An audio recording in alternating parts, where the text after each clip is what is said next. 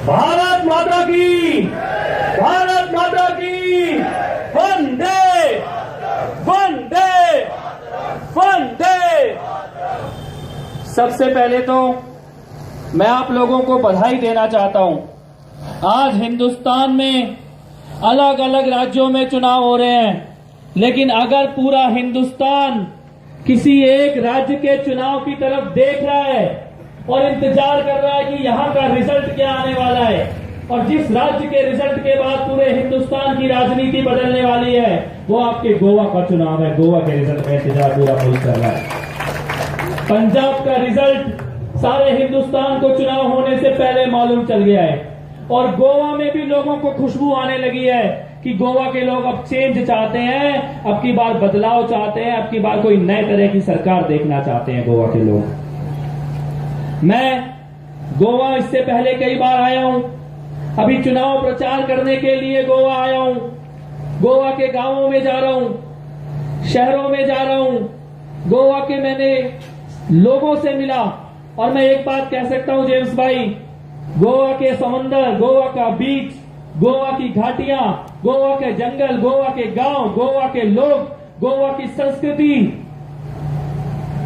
मेरे मन में कई बार ये आता है कि काश ऊपर वाला अगले जन्म में कम से कम गोवा में पैदा करे हम लोगों को। इतना खूबसूरत, किसी चीज की कमी नहीं है आपके पास, लेकिन एक चीज का दर्द होता है दिल में। दुनिया में एक छोटा सा मुल्क है, बहुत छोटा सा मुल्क है सिंगापुर।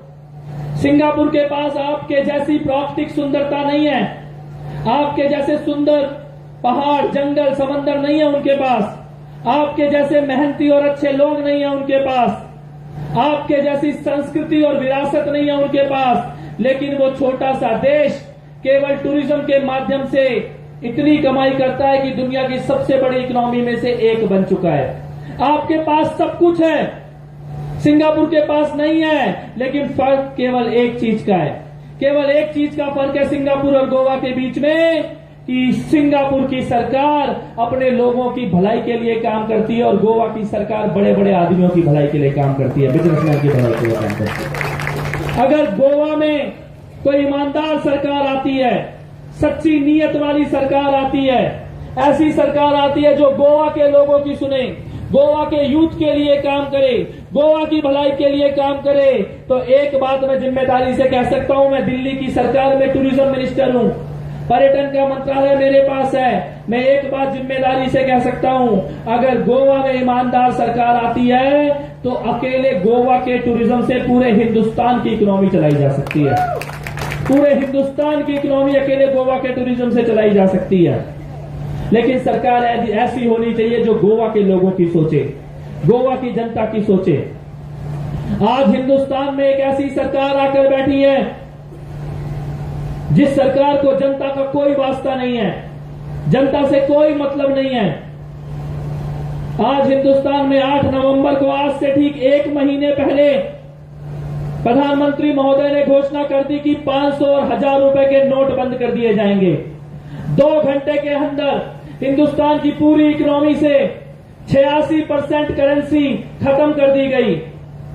उस दिन जितने भी टूरिस्ट हिंदुस्तान में थे, दुनिया से जितने भी लोग घूमने के लिए आए थे, अगले 3-4 दिनों में उनको इतनी मुश्किल हुई कि उन्होंने वापस जाके अपने देश में यह कहना शुरू कर दिया कि हिंदुस्तान में मत जाना दोबारा घूमने के लिए, वहां की करेंसी का कोई भरोसा नहीं है। जब प्रधानमंत्री भाषण दे रहे थे आज से 1 महीना पहले, उन्होंने कहा कि 500 और 1000 रुपए का नोट इसीलिए बंद किया जा रहा है क्योंकि बड़े नोट से काला धन आता है, बड़े नोट से करप्शन होता है। मैं नरेंद्र मोदी जी का वो भाषण सुन रहा था लाइव, जब उन्होंने बोला कि बड़े नोट से करप्शन होता है, हम 500 और 1000 रुपए का नोट बंद करेंगे, मेरे को बहुत अच्छा लगा था, बहुत खुशी हुई थी मेरे को। लेकिन बस 2 मिनट की खुशी हुई, सिर्फ 2 मिनट की खुशी। 2 मिनट के बाद वही व्यक्ति जो ये कह रहा था कि बड़े नोटों से काला धन आता है, वो ये कहने लगे कि 500-1000 रुपए का नोट बंद करके 2000 रुपए का नोट शुरू करेंगे। अरे बड़े नोट से काला धन आता है या नहीं आता? अगर आता है तो बड़ा नोट क्यों शुरू कर रहे हो 2000 रुपए का, और अगर नहीं आता तो ये 500-1000 रुपए का नोट बंद करके पूरे हिंदुस्तान को लाइनों में क्यों लगाया हुआ है? ये सवाल पूछना बनता है। उन्होंने कहा कि हम काला धन वाले को पकड़ने के लिए कर रहे हैं। आज 1 महीना हो गया, 1 महीना हमने किसी काले धन वाले को रोते हुए देखा है? किसी काले धन वाले को परेशान होते हुए देखा है? किसी बैंक के बाहर कोई लंबी गाड़ी में आदमी उतरा हो, बोरियों में नोट लेके आया हो, रोता हुआ आया हो कि जिंदगी भर की कमाई खत्म हो गई, देखा है किसी ने? सारे बैंकों के बाहर आपके और हमारे जैसे लोग लगे हुए हैं लाइनों में। 84 लोग बैंकों के बाहर लाइनों में खड़े खड़े मर गए। बैंकों के अंदर काम करते करते कर्मचारी मर गए। एक भी काला धन वाला नहीं पकड़ा गया। काला धन वाला कौन है? एक काले धन वाले को मैं जानता हूं और आप भी जानते हो। आपके इसी गोवा शहर में रहता था, बहुत बड़ा बंगला बना के रहता था, विजय माल्या। 9,000 करोड़ रुपया आपका और हमारा वो लेके लंदन चला गया हवाई जहाज में बैठ के इसी सरकार के सामने। 9,000 करोड़ रुपया लेकर विजय माल्या गया है। 9,000 करोड़ कितना होता है? अगर नरेंद्र मोदी जी के घर के सामने 9 लिखो और 0 लिखना शुरू करो, 0 लिखते लिखते मोदी जी के घर से मनोहर पर्रिकर के घर तक पहुंच जाओगे, तब भी 9,000 करोड़ रुपया नहीं लिख सकते। मोदी जी के घर से मनोहर पर्रिकर के घर तक 0 लिखते चले जाओ, तब भी 9,000 करोड़ रुपए नहीं लिख सकते। इतने पैसे लेके वो विजय माल्या यहीं गोवा से हवाई जहाज में बैठकर लंदन चला गया। उसका काला धन नहीं पकड़ा, लेकिन बोलते हैं हमारी बिटिया को किसी ने राखी का पैसा दिया होगा, माता ने कोई गुल्लक में पैसा बचा के रखा होगा, अम्मा का कोई पैसा बचा हुआ होगा, भाइयों का कोई पैसा, ईद का पैसा, क्रिसमस का पैसा, राखी का पैसा, शगुन का पैसा, शादी का लिफाफा, जिंदगी भर की मेहनत की कमाई, कहते हैं इसी में काला धन छुपा हुआ है। यही काला धन है, इसको निकाल के दो। आपको और हमको बैंकों के सामने यही नरेंद्र मोदी थे। इन्होंने कहा था minimum government maximum governance. Minimum government का मतलब होता है कि जनता के बीच में सरकार इंटरफियर नहीं करेगी, जनता अपना काम अपने आप करेगी, बिजनेसमैन अपना काम अपने आप करेगा, सरकार ज्यादा इंटरफियर नहीं करेगी। वो होता है मिनिमम गवर्नमेंट। और ये कौन सी सरकार है? सोमवार को 2,000 रुपए निकालो, मंगलवार को 4,000 रुपए निकालो, शनिवार को बुजुर्ग लोग निकालेंगे, बुधवार को कोई नहीं निकालेगा। ये मिनिमम गवर्नमेंट है, ये माइंडलेस गवर्नमेंट है, जिस सरकार को पता नहीं है। जिस दिन 8 नवंबर को ऑर्डर निकाला था, 8 नवंबर से लेकर 1 महीने के अंदर 31 बार ऑर्डर चेंज हो चुका है। रोज सुबह नया कानून आता है। तो लोग ये कहते हैं कि नहाने जाएंगे, इतनी देर में रिजर्व बैंक का नया कानून आ जाएगा। ये कैसी सरकार चल रही है? 2,000 रुपए का नोट निकाला, कहते हैं ये एटीएम में फिट ही नहीं हो रहा, छोटा साइज है। इतनी दूर की सोची, लेकिन इतने पास की नहीं सोची कि एटीएम में नोट फिट हो जाए। इनका नोट एटीएम में फिट नहीं होता। आप ही के गोवा शहर में कल 70 लाख रुपए के नए नोट पकड़े गए। 70 लाख रुपए के कहां से आए वो 70 लाख रुपए उन लोगों के पास? आपको 2,000 रुपए के लिए लाइन में लगना पड़ रहा है और वहां चोरों के पास 70 लाख रुपए आ गए नए नोटों के। कौन से बैंक ने दिया उनको 70 लाख रुपए? नरेंद्र मोदी जी ने कहा था कि नए नोट से, नरेंद्र मोदी जी ने कहा था कि नया वाला जो नोट है इससे भ्रष्टाचार खत्म होगा और आतंकवादियों का फंडिंग खत्म होगा, आतंकवादियों के पास पैसा आना बंद होगा। हमने देखा गुजरात के अंदर रिश्वत लेते हुए एक आदमी पकड़ा गया, नए नोट 4 करोड़ रुपए के उसके पास से मिले। इसका मतलब नए नोट से भ्रष्टाचार खत्म नहीं हुआ। हमने देखा कश्मीर में आतंकवादी पकड़े गए, कश्मीर के आतंकवादियों के पास 2,000 रुपए के नए नोट मिले। इसका मतलब आतंकवादियों के पास भी पैसा पहुंच गया, चोरों के पास, भ्रष्टाचारियों के पास भी पैसा पहुंच गया। लेकिन पैसा आपके पास नहीं पहुंचा, पैसा हमारे पास नहीं पहुंचा। हमको बैंक वाले पैसा नहीं दे रहे। किसके लिए नया नोट छापा? नरेंद्र मोदी जी ने बोला, अभी टीवी में भाषण दिया, भाषण देते हुए बोले मैं फकीर हूं, मैं झोला उठा के चला जाऊंगा। ऐसा ही एक फकीर आज से हजारों साल पहले सीता मैया के दरवाजे पे भी आके खड़ा हुआ था। सीता मैया के दरवाजे पे आके उस फकीर ने भी यही कहा था कि घर से बाहर निकलो, मैं तुम्हारा कुछ नहीं बिगाड़ूंगा, घर से बाहर निकलो। एक पैर सीता मैया ने घर से बाहर निकाला था, सीता मैया को हरण करके ले गया था रावण। और आज दोबारा एक फकीर खड़ा हुआ है, कहता है मैं फकीर हूं, अपने घर से बाहर निकलो, बैंकों के आगे लाइन लगा के खड़े हो जाओ, अपना सारा पैसा जमा करा दो। किसके लिए पैसा जमा कराया जा रहा है? किसके लिए ये पैसा जमा कराया जा रहा है? उन बड़े बड़े बिजनेसमैन के लिए जो 8 लाख करोड़ रुपए का लोन लेके चुप होके बैठ गए हैं। 8 लाख करोड़ रुपए का घोटाला है ये।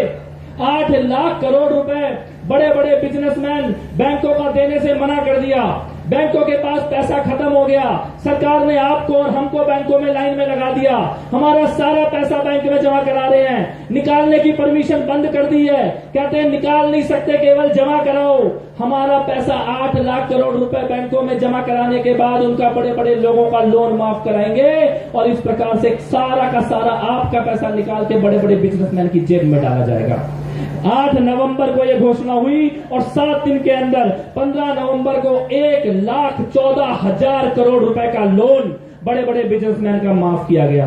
किसी किसान का लोन माफ नहीं किया गया, किसी आदिवासी का लोन माफ नहीं किया गया, किसी गरीब आदमी का लोन माफ नहीं किया गया। 1,14,000 करोड़ रुपए का बड़े बड़े बिजनेसमैन का लोन माफ किया गया है। ये घोटाला किया जा रहा है हमारी आंखों के सामने। आज एक मनोहर पर्रिकर साहब बैठे हैं हिंदुस्तान में सरकार में, डिफेंस मिनिस्टर इसीलिए बने क्योंकि आप लोगों ने उनको जिता के भेजा, आप लोगों ने अपना प्यार अपनी मोहब्बत देके भेजा मनोहर पर्रिकर साहब को। जब वो गोवा के मुख्यमंत्री थे, दिल्ली में बैठकर मैं और मेरे जैसे बहुत सारे लोग बड़े खुश होकर कहते थे वाह कितना अच्छा आदमी गोवा का मुख्यमंत्री है, दिखने में कितना ईमानदार लगता है कितना देशभक्त होगा। लेकिन जीतने के बाद उन्होंने अपना कहा हुआ एक भी काम पूरा नहीं किया। उन्होंने कहा था कि मैं कसीनो बंद कराऊंगा, बंद कराया कसीनो उन्होंने? कोई कसीनो उन्होंने बंद नहीं कराया। अपने आप को देशभक्त कहते हैं और अपने आप को ईमानदार कहते हैं। मैं कहता हूं मनोहर पर्रिकर साहब, अगर आप सच में देशभक्त होते तो जिस दिन नरेंद्र मोदी नवाज शरीफ के घर में केक खाने गया था, उस दिन नरेंद्र मोदी को बोलते कि पाकिस्तान मत जाओ बर्थडे मनाने के लिए। कोई देशभक्त आदमी नवाज शरीफ के घर में केक खाने जाएगा क्या? जिस दिन पठानकोट में आतंकवादियों ने घुस के हमला किया, उसके बाद यही रक्षा मंत्री मनोहर पर्रिकर है, इन्होंने आईएसआई वालों को पाकिस्तान से बुलाया जांच करवाने के लिए। पाकिस्तान के लोगों को आतंकवादी हमले की जांच कराने के लिए बुलाने वाले लोग अपने आप को देशभक्त कहते हैं। अगर तुम सच्चे देशभक्त होते तो किसी हालत में जम्मू कश्मीर में महबूबा मुफ्ती के साथ सरकार नहीं बनाते। महबूबा मुफ्ती अफजल गुरु को शहीद बोलती है, अफजल गुरु को शहीद बोलने वाली महबूबा मुफ्ती को मुख्यमंत्री बनाकर बैठे हैं और आपको और हमको कहते हैं बैंक के आगे लाइन में लगा लो, इसी में तुम्हारी देशभक्ति की असली परीक्षा होगी। ये कौन सी देशभक्ति है? ये कैसी देशभक्ति है जिसमें तुम पाकिस्तान के साथ जाके पाकिस्तान में बर्थडे मनाते हो, आईएसआई वालों को जांच करने के लिए बुलाते हो, महबूबा मुफ्ती को मुख्यमंत्री बनाते हो और आम आदमी को कहते हो बैंक के बाहर चुपचाप लाइन लगा के खड़ा हो जाएगा, हिंदुस्तान से प्यार करता हो। ये चुनाव भारत माता का चुनाव है। हिंदुस्तान देख रहा है, भारत माता देख रही है। एक तरफ आप और हम जैसे भारत माता के बेटे खड़े हैं और दूसरी तरफ भारतीय जनता पार्टी खड़ी है।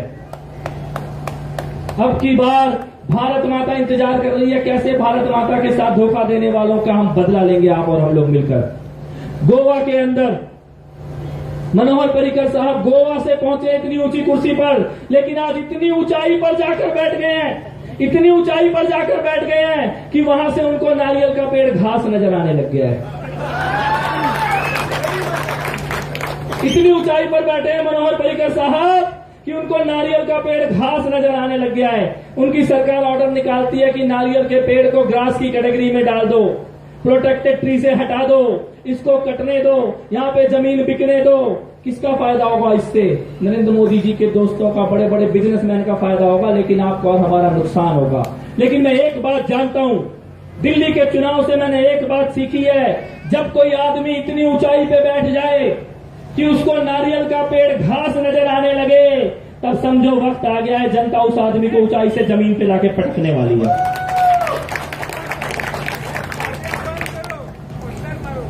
मैंने एक फिल्म देखी थी राजा बाबू। आप में से किस किसने देखी है राजा बाबू? राजा बाबू फिल्म में एक शक्ति कपूर है, शक्ति कपूर कहता था मैं एक छोटा सा नन्हा सा बच्चा हूं। जैसे मनोहर पर्रिकर कहते हैं मैं ईमानदार हूं, मैं देशभक्त हूं। हिंदुस्तान की राजनीति के शक्ति कपूर बन गए हैं। जैसे वो शक्ति कपूर बोलता कुछ था और करता कुछ था, उसकी नीयत लूटने की थी, उसकी नीयत में खोट थी। ऐसे ही ईमानदारी और देशभक्ति के नाम पर ना गोवा का भला कर रहे हैं, ना हिंदुस्तान की सरकार का भला कर रहे हैं। आज बदलाव की जरूरत है। आज मेरे को बताया गया 5000 बच्चे, लड़के और लड़कियां, पढ़े लिखे बच्चे हर साल गोवा को छोड़ के बाहर निकल जाते हैं नौकरी की तलाश के लिए। अगर गोवा के अंदर एक ऐसी सरकार हो जो गोवा के लोगों की सुने, गोवा के टूरिज्म को बढ़ाने के लिए ध्यान दे, गोवा में ट्रांसपोर्ट अच्छा करने की कोशिश करे, तो ये 5000 बच्चे गोवा को छोड़ के नहीं जाएंगे। ये 5000 बच्चे यहीं पे अपना बिजनेस चलाएंगे और बाकी लोगों को भी नौकरी देने के लिए लायक बन के दिखाएंगे। ऐसे बदलाव की जरूरत है गोवा के अंदर। मैंने आपके मुख्यमंत्री का एक वीडियो देखा, एक जनसभा चल रही थी, नरेंद्र मोदी आए थे गोवा में, लक्ष्मीकांत साहब उनके बगल में खड़े थे, कभी नमस्ते कर रहे हैं, कभी पानी दे रहे हैं, कभी हाथ जोड़ रहे हैं, कभी पैर छू रहे हैं, फिर नमस्ते कर रहे हैं, फिर पानी दे रहे हैं, फिर हाथ जोड़ रहे हैं। आप में से किस किसने देखा था वीडियो? लक्ष्मीकांत जी का वो वीडियो किस किसने देखा है? नरेंद्र मोदी जी ने मुड़ के आपके मुख्यमंत्री को नमस्ते की? नहीं की नमस्ते। आपके मुख्यमंत्री की आंखों की तरफ भी नहीं देखा।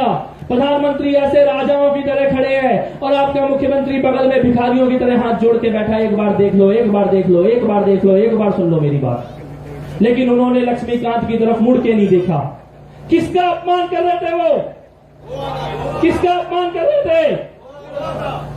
वो लक्ष्मीकांत जी का अपमान नहीं था, वो गोवा की जनता के वोट का अपमान कर रहे थे।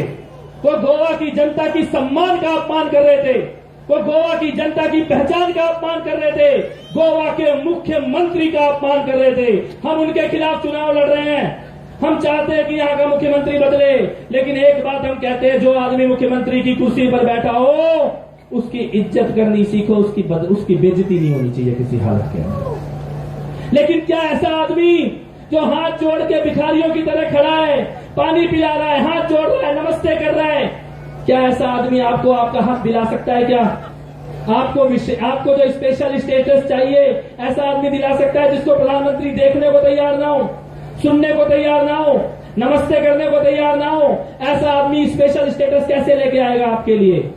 आज गोवा को ऐसे मुख्यमंत्री, ऐसे मंत्रियों की जरूरत है जो आंख में आंख डाल के बात कर सके, आंख में आंख डाल के बात कर सके, जो ये बोले कि गोवा के लोगों ने जिता के भेजा है, सड्डा हक एथे रख, ऐसा कहने वाला मुख्यमंत्री आपको चाहिए। स्पेशल स्टेटस ऐसे मजाक में नहीं मिलता। स्पेशल स्टेटस लेना आना चाहिए, मांगना आना चाहिए, और अगर कोई ना दे तो उसकी आंखों में आंख डाल के छीनना आना चाहिए।